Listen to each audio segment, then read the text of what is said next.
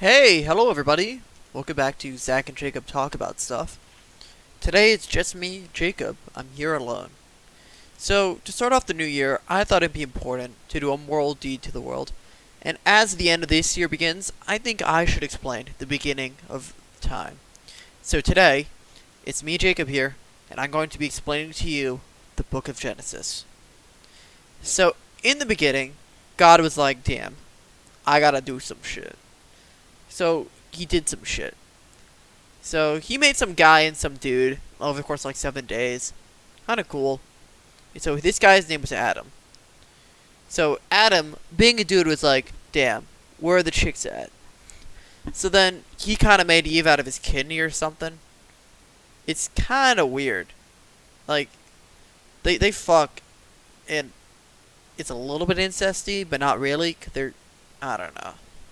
So eventually Eve gets tricked into eating some apple, which God said don't do that shit. He gets smart, and they get kicked out of Garden of Eden.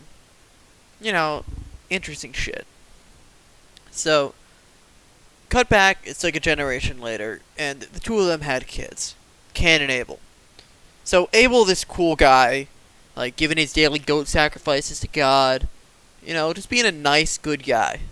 Well, Cain is just this asshole, selfish guy who doesn't give it much. And Cain is jealous of Abel. So, Cain decides, you know what, my brother, he's God's favorite, but there's only two of us on this planet, and it's not that big a deal. I'm gonna just go fucking kill him. So, he kills him. God gets mad, but I don't know how the fuck human just didn't die off at this point in the story. Like, there's no other people around at this point. Like, he has a younger brother, but, like, still. Like, did he fuck his mom? Don't know. This is one of the major plot threads of the Bible I don't understand. So, cut back now, and it's the future. It's, like, a long time, and there's a bunch of people over. But, like, there's a bunch of assholes. Imagine everyone is like Abel. Or Cain. Okay, one of them was the asshole one. I can't really remember. They're like the asshole one. So God wants to fucking kill everyone. Except for this one guy named Noah. Now, Noah's a pretty cool guy. He's got a nice family and stuff. And he wants to, like, help out some animals.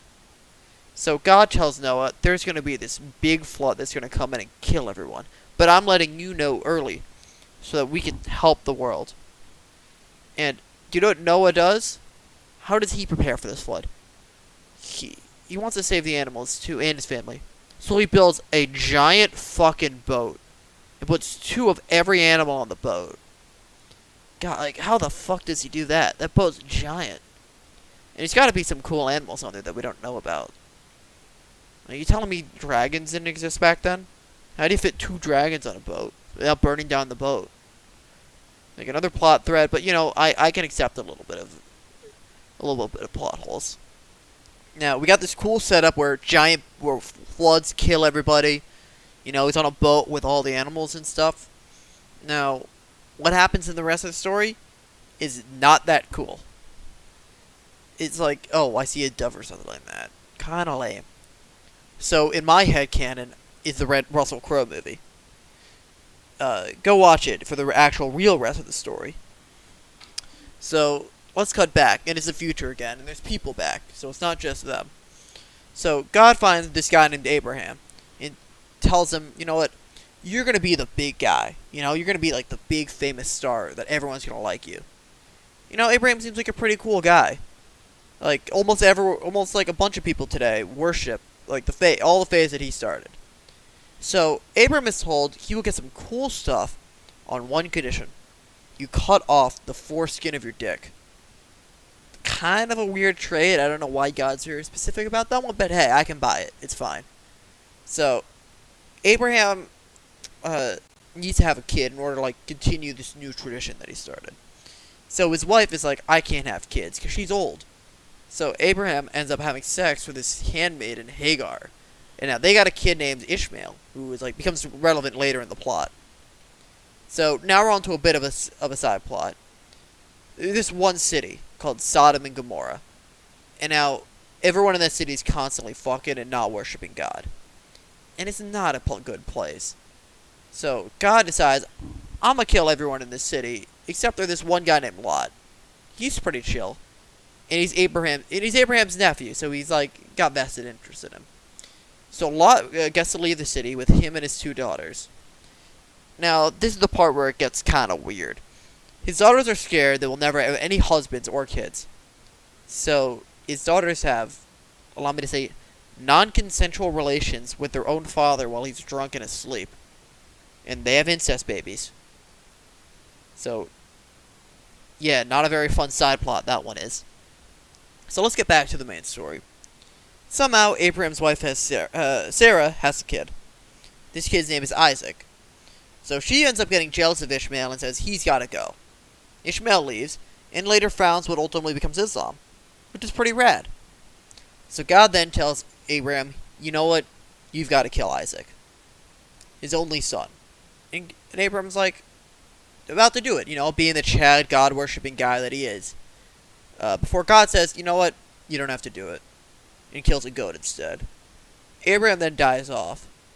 Isaac doesn't do much, so let's cut over to Isaac's kids. So he's got two sons with his wife Rebecca. Esau is this asshole alpha type, with no morals. And Jacob is some Chad selfish guy who's more bookish. Wait, were there books back then? Jacob would still be a redditor if it was around back then. So Esau is going to get some family inheritance that Jacob wants. So Jacob, being the Chad redditor that he is, tricks his dad into getting his inheritance. Esau then says he'll kill Jacob, so Jacob leaves to visit his uncle.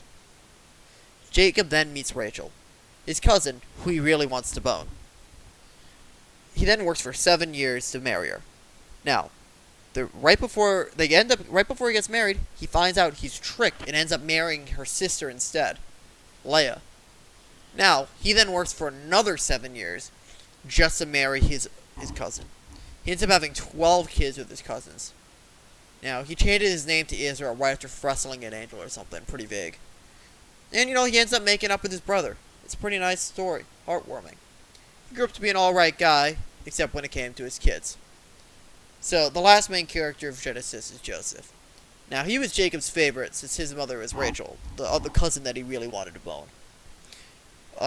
He gets a nice coat from his dad, and his brothers are really jealous of him. So, how do his brothers treat him for getting a nice coat from his dad and being the favorite? They throw him into slavery. Like, fair enough. Like, this guy, Joseph's kind of annoying and pricky. So, Joseph somehow gets in a position where he has, like, a magical power, where he can understand everyone's dreams. And now, using his powers, he somehow becomes second in command of all of Egypt. It's like a really quick turnaround for this character. He's kind of feeling like a self-insert character with, superpowers and being people's favorites and stuff. So a famine hits Israel, and Joseph's got to save his family. So they end up making up, and everyone stays in Egypt. Everyone's happy in Egypt, and it's all good. But at the beginning of the next novel, we get a major new twist that somehow, in the time period, the Jews have all become slaves. Now, I don't really like this twist. It's kind of like the end of Thor Ragnarok, where everyone is happy at the end, and it's all good and they're all hopeful. And at the end of the next movie, it turns out they're all dead. Yeah, they should have set up for it more at the end of Genesis, but bigger. It's all right. So that is the end of Jacob Explains Genesis. So overall, I would rate it a decent read.